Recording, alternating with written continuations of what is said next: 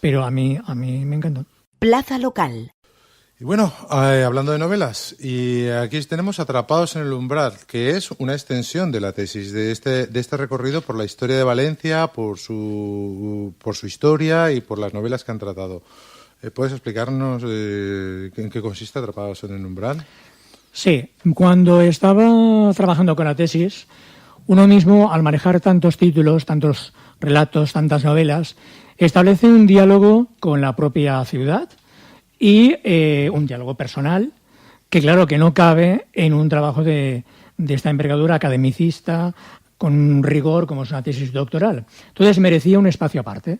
Y ese espacio aparte pues fue a parar a Atrapados en el umbral, que viene a ser como una ficcionalización de la propia tesis, en la cual pues novelé pues una serie de personajes en los cuales, porque en el fondo es un paseo literario por la ciudad, en la cual el personaje principal, Maurice Clichy, que es un profesor francés de literatura española en una universidad francesa, pues descubre en una librería cerca de su casa en Montmartre un libro sobre el imaginario de Valencia, que viene a ser el libro que hemos estado hablando.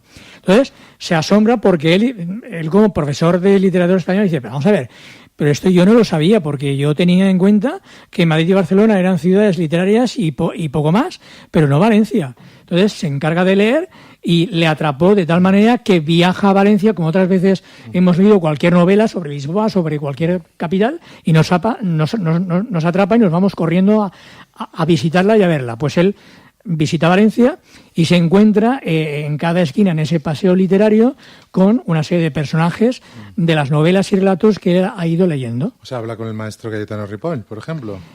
Habla con el maestro Cayetano Ripoll, pero habla también con doña Manuela de Arroz y Tartana. Vaya. Y le rinde cuentas. Uh-huh.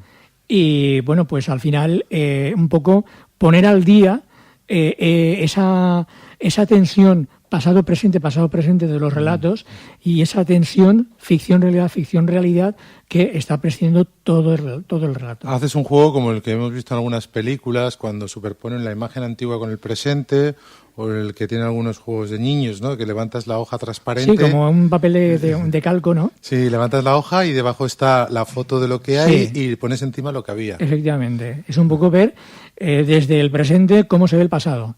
Porque oír hablar a doña Manuela de sus reticencias a bajar al metro es curioso, porque es un personaje del siglo XIX, pues no. Y al final es un diálogo contemporáneo, pero al mismo tiempo un poco gracioso, ¿no? Porque un personaje de papel, sí, porque es un personaje de papel nacido de la pluma de Blasco Ibáñez, pues oírla hablar sobre sus pegas que tiene sobre la Valencia moderna, pues es curioso. Claro, si tuviéramos que hacer una visualización, tendríamos que imaginarnos al personaje como si fuera uno de estos dibujos de 2 dimensiones que se mueven en un mundo de 3 dimensiones. Efectivamente. Porque realmente son personajes de 2 dimensiones moviéndose en un mundo de 3. Efectivamente, eso es. ¿Y por qué la iglesia de San Nicolás? ¿Es muy significativo? Supongo que aparte de que será escenario de la novela, tendrá algún componente más. Bueno, ahí ocurre un episodio importante, porque el profesor Maurice Clichy no solamente descubre este libro sobre el imaginario de Valencia, sino descubre unas cartas en una librería de Viejo, una correspondencia entre Palomino y su gran admirador, el pintor Luca Giordano. Uh-huh. Por tanto, por un doble motivo, tiene que viajar a la iglesia de San Nicolás para ver qué pasó. Él quería ver la huella de Luca Giordano en Palomino. Y ese es el motivo de que sea la portada de tu novela. Bueno, aparte de esto es que cuando se le da a Palomino el encargo de pintar San Nicolás, él está pintando la bóveda de los Santos Juanes. Uh-huh. Entonces no puede hacer 2 cosas a la vez. ¿No? Entonces le da el encargo a Dionís Vidal, que es su alumno.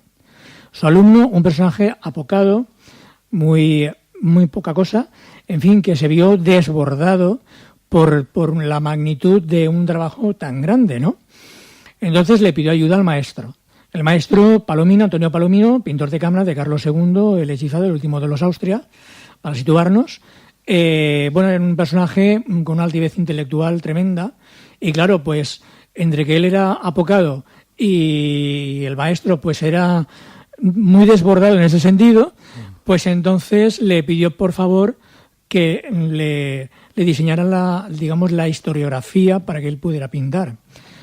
El maestro lo que hizo fue que la iglesia de San Nicolás tomara buena nota de que él ha sido el autor de esa historiografía, no le dejó ningún espacio para Dionís Vidal, ¿no?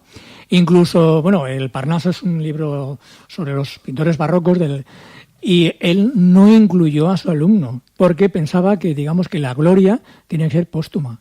¿Qué pasó? Que Dionís Vidal murió, no está recogido en ese libro, vino el academicismo, cambió la moda y entonces quedó olvidado.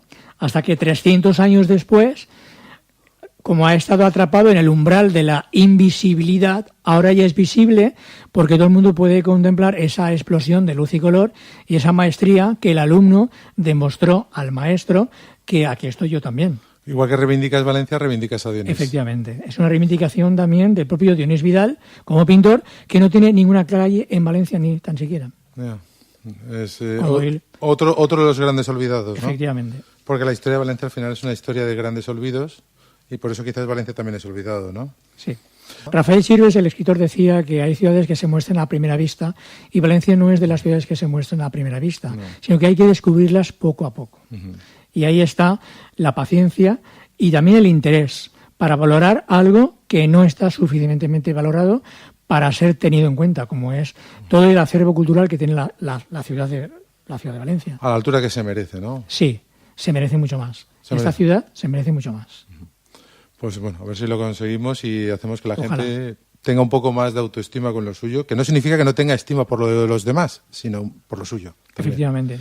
Muchas gracias. Muchas gracias por haber venido, Paco, y nada, un placer. Y aquí seguimos en Plaza Radio y en Plaza Local una semana más. Y encantado, Paco. Muchísimas gracias a Valencia Plaza. Hasta luego.